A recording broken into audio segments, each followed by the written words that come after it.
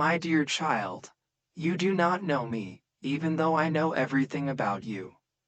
I knew you before the birth of all creation, even before your father was in his mother's womb. I have a unique name, but for many reasons, I want you to know me as God, the originator and ruler of all things. I made you. You exist because I exist. It is my breath that energizes your flesh. It is my truth that flows through your body's central system to keep your heart beating. It is my design that makes the density of your atmosphere palpable so air may produce oxygen in your blood. Do you wonder why the earth does not float into the sun? Do you ever ponder how the ecological balance of the world harmonizes in such a way to keep you alive? I could go on, but does the implausibility of you actually being alive make sense if it were blind luck that gave birth to you? Is it probable you are some cosmic accident? How many times could you throw a deck of cards in the air before the cards would land in perfect organization of a house? 10 times, 1,000 times, 1,000,000,000 times. It would never happen. Somehow, some of my children believe they are here by chance.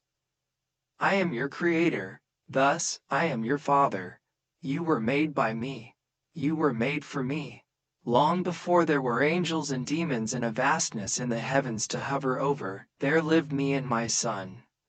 My son was born from my very body and inner being. He possessed the same desires, the same thoughts, and the same emotions. There was not a thought that I had that he did not have. There was not a joy he experienced that I did not. Even though we were separate entities, we were one. As an earthly father is proud to look at a child in his own image, I too felt an indescribable delight in seeing my own child. Because he was me, he owned everything I owned and could do all that I could do.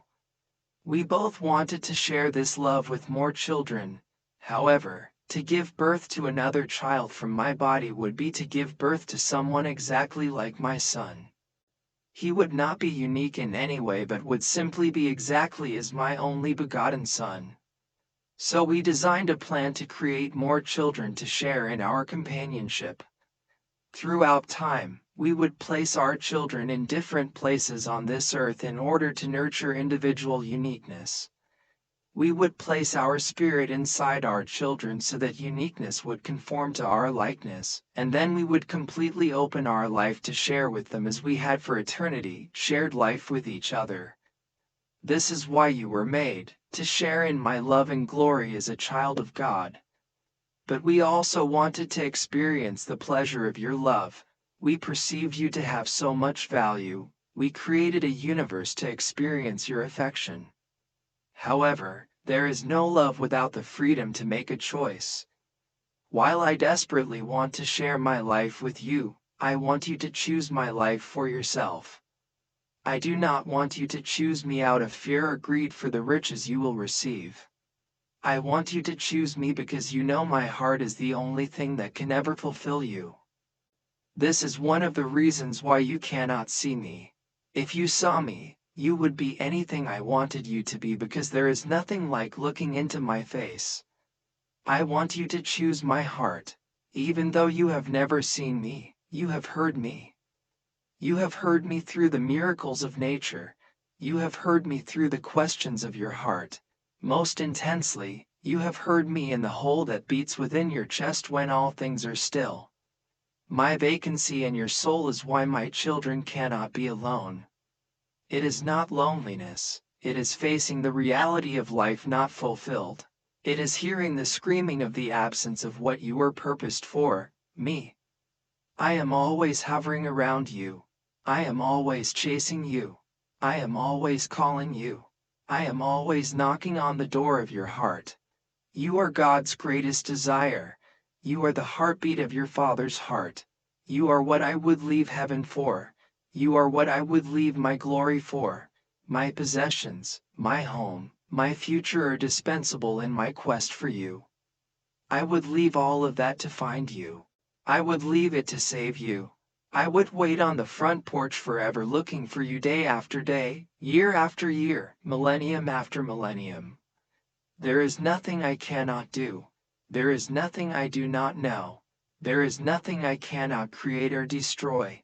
The only thing I cannot control in all of existence is your heart.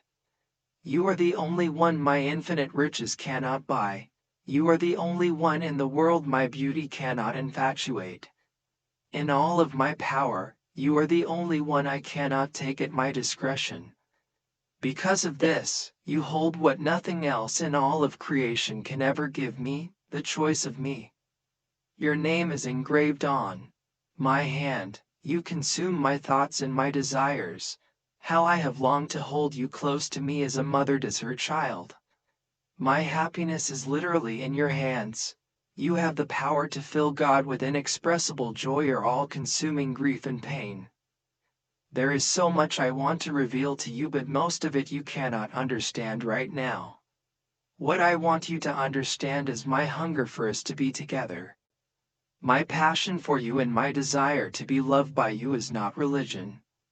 It is not theology. The potential of our relationship has nothing to do with liturgies or hymnals. I hate tradition and rules. I am the most righteous, and I guarantee you I do not live by or abide by a set of laws.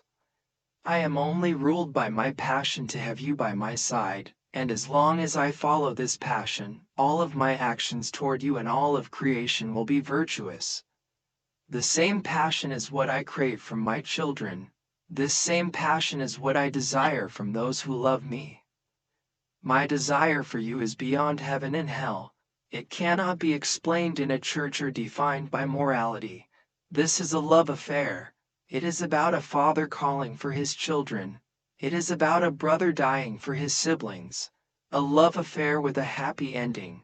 A family, God's family, living in honor, sovereignty and love forever.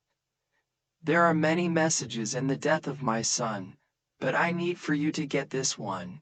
Since my son and I are one, he walked this earth as me, in the totality of my character. He would not do anything that he did not learn from me. He did not act without seeing me act first. Everything he said, I told him to say. He exhibited heaven's will on earth. He wept when moved by the pain of others. He was controlled by compassion for his brothers and sisters. He healed all who came to him suffering. He freed all who came to him tormented. He fed all who came to him hungry. He restored all who came to him broken-hearted. He protected and defended the most immoral within the society. Our compounded heart is the heart through which he lived. I want you to understand what my son did when he died. It is so important to believe in him because this represents the love I have for my children. When he died, a man just did not die. It was the day that God died. While he never lost the heart of God or the thoughts of God or the soul of God, he gave up his glory, his power, and his righteousness. The one who created the universe now became the most condemned person in that space. He took every imperfection, every evil thing committed, every perversion and every horror and placed them on himself. He was innocent, but he claimed responsibility for all evil. The most righteous and holy being ever to walk the face of the earth became the most wicked and condemned. In other words, God gave up everything that made him God, to show mankind how much he loved them. God, who could do anything, humbled himself to suffer immeasurably for his children. In the imaginations of man, there is no greater expression of love. What I want you to understand is that I gave up everything for you. That is how much I want you. That is how much I love you. I have an amazing life and future for you. Everything you have ever wanted and ever dreamed originated from your design to be one with me. Every craving, every empty place in your soul, every desire for happiness is your spirit calling out to be with me. You can never be fulfilled without me. You can never be truly happy if I am not in you and you are not in me. Our life together can start now. It is a progression. It is something you must fight for. And believe me, child, I am fighting for you. And I promise you, A life you thought was not possible is waiting for you not only in possibility but in certainty. However, there is also the choice to live without me. It is an empty life where sadness and loneliness constantly call out to me, someone you continuously choose to abandon. I have come to seek you. I have come to save you. Not just save you from death, but I have come to save you from a life of hopelessness. I came to save you from a life of sadness. I came to save you from a life of fear, depravity, slavery and powerlessness. I came to save you from a dark future where you will never discover the fullness of your potential and the ability in you to be like your Father. My Son died to clear the path towards us becoming together and being one. Pain is not my will for you. Your time away from me was not what I intended. Because I love my children, my plan was to have millions living this life as my Son lived it. They were supposed to show my love, attack injustice, and stop suffering. If this plan came together, you would have already known who I was. Much of the darkness you have lived in and much of the suffering in your life never would have taken place. But because of the sacrifice of my Son, I look at you and the world as faultless. To ever see a mistake or evil that someone has committed is to devalue the immeasurable sacrifice my Son made. It cheapens and nullifies the immeasurable sacrifice I made through him. Every sin has been forgiven except one. Ironically, the only sin that cannot be forgiven is unforgiveness. And my child, it is impossible for me to sin.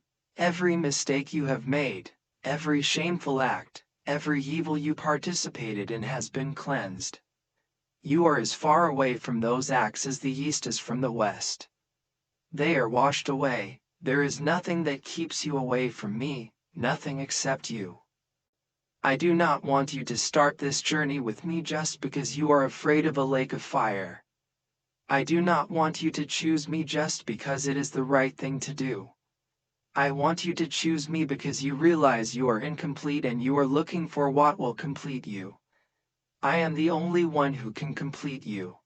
In my book, I say that the first will be last and the last will be first. I say the greatest will be least and the least will be greatest. I say that for one to be great, they must be a servant to all. Because I am God and nothing is greater than me, what do you think that says about me? I really want you to know that I am your servant as well as your Father and your Lord. Remember, I told you my Son never did anything without seeing me do it first. Do you know what he did? He washed his brother's feet. I am doing the same. I am kneeling before you, on my knees with a towel in my hand and basin at my knees. I desire to serve you as well as lead you. I desire to co-labor with you as well as come through for you. I desire to praise you as well as hear your praise.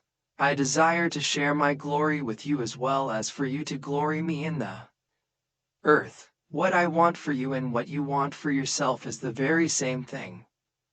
I hear the echoes of your heart. I hear the life it hungers for. I hear the ache for a subsistence that far outshines the convention of your reality. The world devalues this person inside of you. But, my dear child, it is all I value. The world has tried to kill this vision concealed in you. But that vision is what I designed you to be. It is who I predestined you to become. I am the only way for you to evolve into who you truly are. And as I give you yourself, all things will come with it. This is my promise to you. I promised another child, Abraham, the same thing. And I came to the earth to make a covenant with him that he could kill me, if I did not fulfill my oath to achieve his destiny. Right now, I make that very same covenant with you. But first, you must choose me. The conception of my seed in you is a free gift. It will produce a spiritual tangibility that will allow you to exist in heaven forever. But to begin this journey toward your greatness, you must allow me into your heart. You do not have to be fully confident. I will help you overcome your unbelief. You do not have to change. I have to change you. And I will, If you open the door to your heart and let me in, ask me in, a choice must be made. I want you to cry out to me, pray to me, challenge me, ask me how much I love you and let me answer. Demand that I make myself real to you and I will. Do this and the universe's greatest romance will commence and we will start a journey that will reveal to you who I am and who you are to me. Choose to become my child and an entirely new life will begin for you where the novelty will never, ever end. It will be a life where today will always be greater than yesterday up to the very last day when I can finally hold you in my arms and welcome you home. I am knocking, your father.